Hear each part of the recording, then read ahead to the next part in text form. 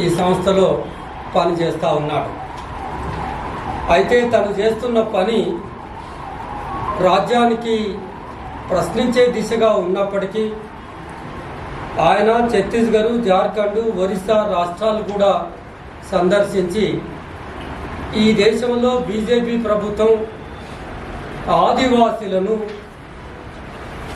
ఆదుకుంటుందా లేదా వాళ్ళ ప్రాణాలకు ముప్పు తెచ్చి వాళ్ళను ఆపరేషన్ కగార్ పేరు మీద చంపేస్తుందా, వాళ్లకు ఉన్న చోట పక్క ఇండ్లు కట్టించి చదువు తెప్పించి ఒక జీవన ప్రమాణం పెరిగే విధంగా చేస్తుందా లేదా విస్థాపనకు గురి చేస్తుందా అనే అంశాలను అధ్యయనం చేసిన వ్యక్తి జక్కా బాలయ్య. తను తన సొంత బ్రతికేదో బ్రతుకుతూ పౌర హక్కుల కోసం పాటుపడుతున్న వ్యక్తిని ఇవాళ 24వ తారీఖు నాడు రాత్రి 1:30 గంటల ప్రాంతంలో ఆయన సహచరి జక్కా లింగమ్మ, ఆయన ఇద్దరు మాత్రమే ఇంట్లో ఉన్నప్పుడు, గాఢ నిద్రలో ఉన్నప్పుడు తలుపులు కొడితే ఎవరని వాళ్ళు లోపల నుంచే అడిగితే బాలన్న చాలా ఆత్మీయంగా, బాలన్న ఉడిమిల నుంచి వచ్చిన నీ ఫ్రెండును అని ఏదో ఒక పేరు, లింగయ్యనో ఏదో ఒక పేరు చెప్తే అక్కడికి తనకు సంశయంతో డోర్ దగ్గరికి వెళ్ళి ఎవరు మీరు, ఎవరు వచ్చిండ్రు అని మళ్ళీ ఒకసారి ప్రశ్నిస్తే సమాధానం లేకపోతే ఎవరా అని తలుపు తీశాడు. తలుపులు తీస్తే సివిల్ డ్రెస్లో మఫ్టీలో 4-5 వ్యక్తులు, వాళ్ళ ముఖాలు తను ఎన్నడూ చూసి లేడు, వాళ్ళు ఆయన స్నేహితులు కారు. ఒక్కదాటిగా ఇంట్లోకి ప్రవేశించి నువ్వు బట్టలు వేసుకో, మేము పోలీసు వాళ్ళము, పోలీసు వాళ్ళే అయినప్పుడు నిజమే కావచ్చు పోలీసులు, కానీ పోలీసులు అరెస్ట్ చేయాలనుకున్నప్పుడు ఒక వ్యక్తి స్వేచ్ఛను హరించి తనను అదుపులోకి తీసుకోవాలనుకున్నప్పుడు చట్టం ఏం చెప్తుంది అనేది ప్రధానం. చట్టం ప్రకారంగా నడుచుకోవాల్సిన చట్టబద్ధమైన బాధ్యత పోలీసుల పైన ఉంటుంది కదా. అందుకని మేమేం డిమాండ్ చేస్తున్నామంటే అరెస్ట్ చేసే సందర్భంలో అనుసరించాల్సిన, పాటించాల్సిన నియమాలు ఏవైతే ఉంటాయో ఆ నియమాలు పాటించని పోలీసుల పైన శాఖాపరమైన చర్యలు చేపట్టాలని డిమాండ్ చేస్తూ ఉన్నాం. అట్లాగే వాళ్ళు పోలీసులు అనుకోవాలా, దొంగలు అనుకోవాలా, ఎవరు అనుకోవాలి, కిడ్నాప్ చేయడానికి వచ్చారా ఏంటి అనేది ఎక్కడ కూడా మనకు స్పష్టత లేకుండా ఒక నోటీస్ ఇస్తే 142 CRPS కింద నోటీస్ ఇస్తే పౌర హక్కుల సంఘం 53 సంవత్సరాలుగా ప్రజాక్షేత్రంలో పనిచేస్తున్న ఈ సంస్థ కార్యకర్తలను అదుపులోకి తీసుకోవాల్సినప్పుడు మర్యాదగా పారదర్శకంగా ప్రవర్తించాలి కదా. మేము ఎక్కడైనా ఏమైనా అసాంఘిక చర్యలకు పాల్పడుతుందా? ఒక అసాంఘిక చర్యలకు పాల్పడే వ్యక్తిని అదుపులోకి తీసుకునేటప్పుడు ఏ రకంగానైతే ప్రవర్తిస్తారో అది కూడా పద్ధతి కాదని ఖండిస్తున్నాం. ఆ రకంగా మాయడలో కూడా ప్రవర్తించి అరెస్ట్ చేస్తే సహచరి ఉంది, ఆయన భార్య ఉంది కదా, ఆయనకి ఏమైనా నోటీస్ ఇచ్చారా? ఆమెకు ఎందుకు తీసుకెళ్తున్నాం, ఏ నేరంలో తీసుకెళ్తున్నాం, ఏ నేరాన్ని విచారించి పంపిస్తాం అనేది చెప్పకుండా ఆమె నేను వస్తానంటే ఆమెను నిరాకరించి తనను అదుపులోకి తీసుకొని కారులో వెళ్తే ఇదే పద్ధతి మళ్ళీ 3 గంటలకు అర్ధరాత్రి 3 గంటలకు ఎడ్ల అంబయ్య, ఆయన తెలంగాణ ప్రజా ఫ్రంట్లో ఉపాధ్యక్షులు, ఒక 25 సంవత్సరాలుగా ప్రభుత్వ పాఠశాలలో బాధ్యతాయుతమైన ఉపాధ్యాయుడిగా పనిచేస్తున్న వ్యక్తిని, ఆయనను కూడా ఇదే మోడస్ ఆపరండి. వస్తారు, తలుపులు కొడతారు, మఫ్టీలో వస్తారు, అదుపులోకి తీసుకుంటారు, చలో పోలీస్ స్టేషన్ అంటారు. ఈ రకమైన పద్ధతి ఇది అరెస్టు చేసేటప్పుడు అనుసరించాల్సిన పద్ధతేనా అని అడుగుతా ఉన్నాం. అంతకంటే పూర్వం 10:30 ప్రాంతంలో మాధవశెట్టి యాదయ్య, ఆయన వ్యవసాయదారుడు. ఆయన ఊరు రాయవరం అని పల్లెటూరు. అక్కడ వ్యవసాయం చేసుకొని బ్రతాడు. రోజు పోయి బండి మీద పోయి వస్తూ ఉంటాడు. వ్యవసాయం భార్య భర్తలు పోయి వస్తుంటారు. ఆయనను రోజు పోయినప్పుడు వచ్చినప్పుడు వాళ్ళ ఇష్టం వచ్చినప్పుడు లింగాల పోలీసులు ఆ బండిని చెక్ చేసిన తర్వాత పోనిస్తారు, రాణిస్తారు. వాళ్ళ బాధపడలేక అచ్చంపేటలో ఇల్లు తీసుకొని ఉంటే ఆయనను ఆయన ఇంట్లో మరొక ఇద్దరిని, నిజానికి ఆ ఇద్దరు ఎవరో ఆయనకు కూడా ఆయన సైతం తెలియదు. ఎక్కడో రోడ్డు మీద కలిస్తే ఆ అర్ధరాత్రి 10 గంటల సమయంలో రోడ్డు మీద కలిస్తే మానవతా విలువలతో ఆయనను మరి అన్నం పెడదామనుకున్నాడా ఏమనుకున్నాడో ఇంటికి తీసుకొచ్చాడు. ఆయన సహచరికి కూడా చెప్పలేదు వాళ్ళిద్దరు ఎవరో అనే విషయం. ఎవరో మరి రోడ్డు మీద పోయే వ్యక్తులు కావచ్చు, ఎవరో మనకు ఆ విషయాలు సంపూర్ణంగా తెలియవు. ఆ ముగ్గురు ఇంట్లోకి రావటం, ఇట్లా ఇంట్లోకి వచ్చి చెప్పులు కూడా ఇప్పనే లేదు. సహచరికి ఏ విషయం అనేది ఆమెకు చెప్పనే లేదు.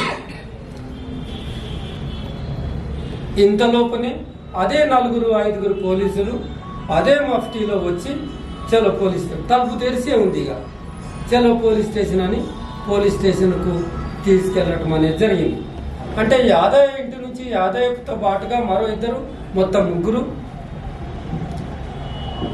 అంబయ్య ఇంట్లో అంబయ్యను 4, బాలయ్య ఇంట్లో బాలయ్యను మొత్తం 5 పోలీసులు అమాంతంగా ఉన్న పలంగా ఎత్తుకుపోయారు. మనకు దిగ్భ్రమకు గురి చేస్తున్న అంశం ఏంటంటే పాలకులు ఈ తెలంగాణలో 10 సంవత్సరాల తర్వాత వలస పాలకుల పరిపాలనలో ఏ నిర్బంధం అయితే ఎదుర్కొని ఉన్నారో ఆ నిర్బంధానికి విసిగి వేసారి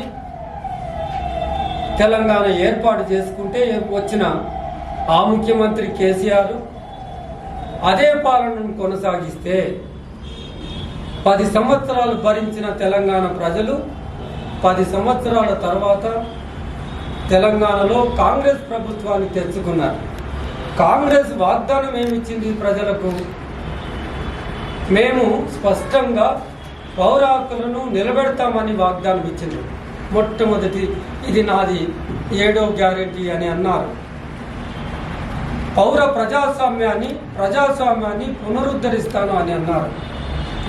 ఏ ప్రజాస్వామ్యం కోసం పునరుద్ధరిస్తామని పాటుపడతామని అన్నారో ప్రజలు నమ్మి అధికారం ఇచ్చిన తర్వాత ఇవాళ ఆ పౌర హక్కుల కోసం, ప్రజాస్వామ్యాన్ని నిలబెట్టడం కోసం ప్రజాక్షేత్రంలో పనిచేస్తున్న పౌర హక్కుల సంఘం రాష్ట్ర సహాయ కార్యదర్శి జక్కా బాలయ్యను అరెస్ట్ చేస్తే ఎవరికి చెప్పుకోవాలి? ఎవరు బాధ్యత వహించాలి? ఏదా పారదర్శకమైన పాలన? మీరు పారదర్శకమైన పాలన చేస్తే మీరెవరో చెప్పాలి కదా. మేము రాష్ట్రంలో పౌరులకు స్వేచ్ఛ లేకుండా పోతుంది. వ్యక్తి స్వేచ్ఛ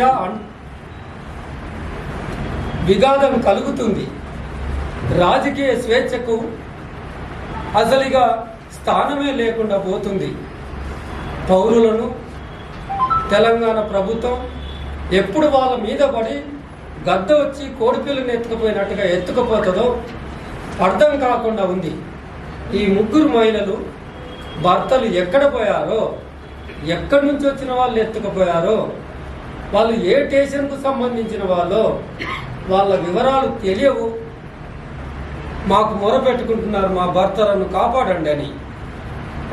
జరుగుతున్న నేపథ్యంలో ఆపరేషన్ కగార్ పేరు మీద జరుగుతున్న నేపథ్యంలో మా భర్తల ప్రాణాలకు హాని కలుగుతుంది అని పౌర హక్కుల సంఘాన్ని ప్రాధేయపడుతూ ఉన్నారు. ఇంత అన్సర్టినిటీ, ఒక పౌరుని స్వేచ్ఛకు ఇంత అస్థిరతం ఏర్పడే కాలాలు మళ్ళీ దాపురించటం అనేది దురదృష్టకరమైన అంశం.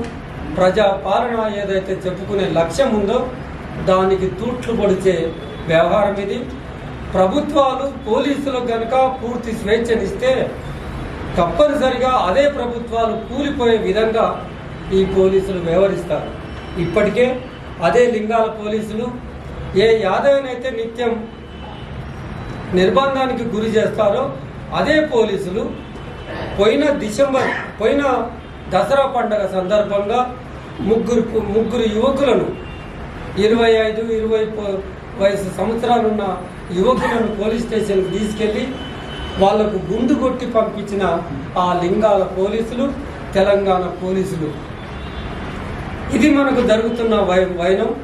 వెంటనే అరెస్ట్ చేసిన 5గురిని, 2 పేర్లు అయితే మనకు స్పష్టత లేదు, వాళ్ళు ఎవరో కూడా తెలియదు. యాదవ్ ఎంబడి ఇంటికి వచ్చిన ఆ 2 వ్యక్తులు, అందులో ఒక మహిళ ఉంది, ఒక మగ ఆయన ఉన్నాడు.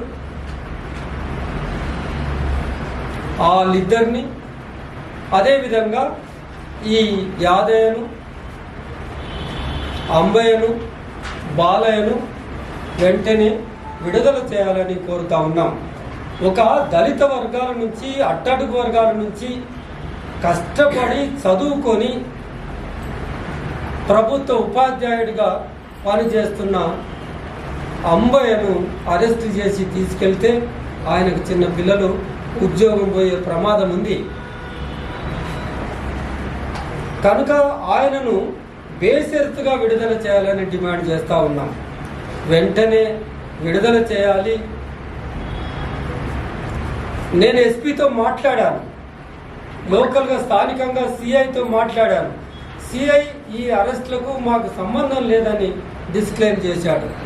ఎస్పీతో మాట్లాడితే మీరు టెక్స్ట్ మెసేజ్ పెట్టమన్నాడు. టెక్స్ట్ మెసేజ్ పెట్టాను, ఇప్పటి వరకు మరి సమాధానం లేదు.